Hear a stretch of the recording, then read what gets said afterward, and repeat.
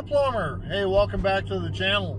So we're on our way to boat camp at Shady Acres. This year we've got some people that I really don't get a chance to hunt with a lot. So I got family coming up that they normally hunt Shady Acres during rifle season when we're up at the Ute. So they're coming up this weekend along with Grandpa.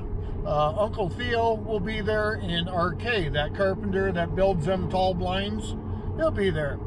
So basically, in packing my stuff up, it makes you think about everything that's happened over the years. So it brings up a lot of memories up at Shady Acres.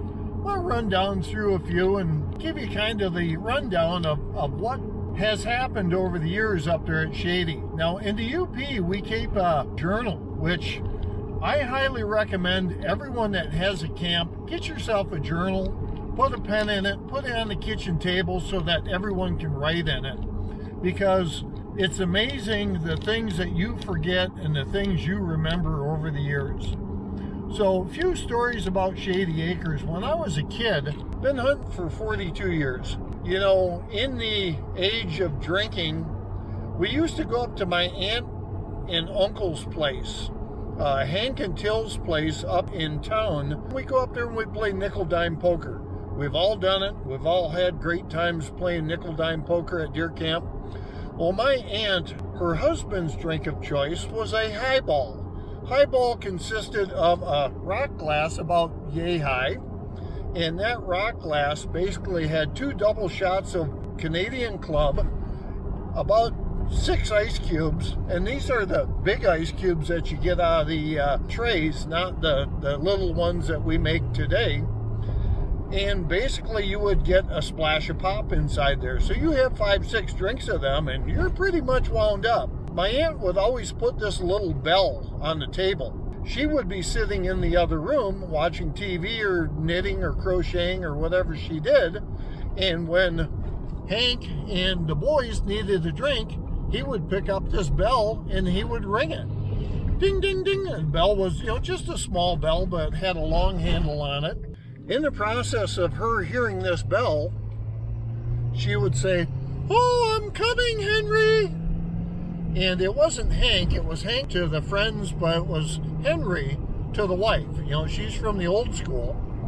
So she would come out and she'd make us another drink. You know, you get pretty hammered up, have some fun, play poker. That's one of the stories. Second story, we have an uncle that used to hunt up with us. Uncle John watches the channel faithfully. And I don't know if Uncle John will remember this or not, but one weekend, my oldest brother figured he was going to bring up this skunk scent to put it on his trail coming into the woods so that the deer wouldn't smell him. Well, I've never really heard a lot of people putting skunk scent on their trail. Maybe it happens, maybe it doesn't. So we thought it would be funny after we come back from Hank and Till's having a couple of cocktails to put some skunk scent in Uncle John's shoes.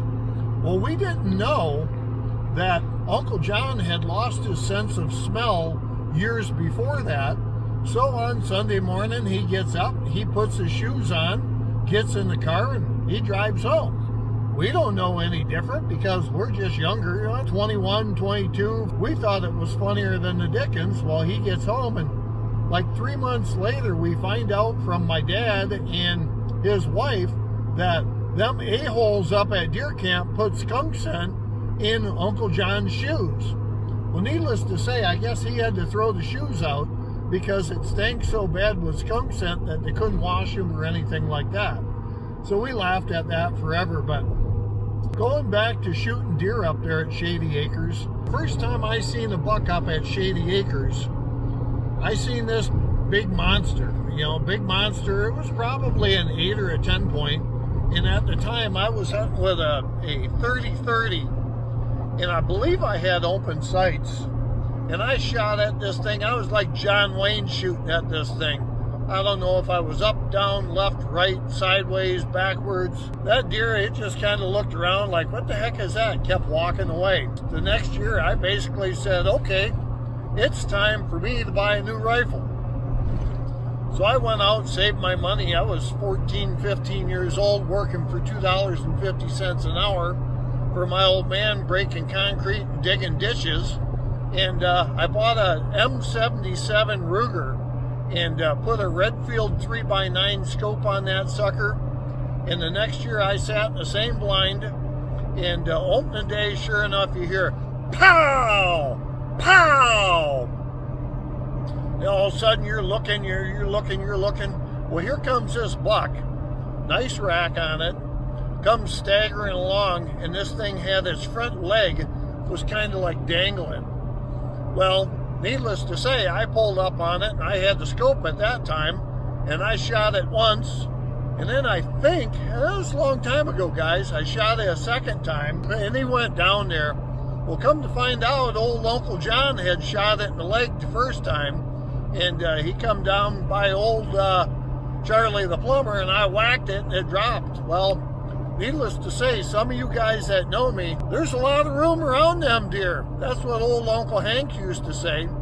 So sometimes my shots are right on and sometimes they're not. I guess what I'm getting at, guys, is deer camp is a time of family, friends. Enjoy your time with your family and friends. Some of the people you don't see very often, some of them you see daily. But deer camp brings a whole different time of year. Everyone's got the little extra giddy up in their step. Enjoy your time in the UP. Enjoy your time in the lower. Enjoy your time throughout the states. And enjoy your time with friends and family. And mostly, don't forget, enjoy your time watching Charley the Plumber videos. Don't forget, one of the few things in life, even at deer camp, you get for free. Thanks, guys. Thanks for watching. See ya!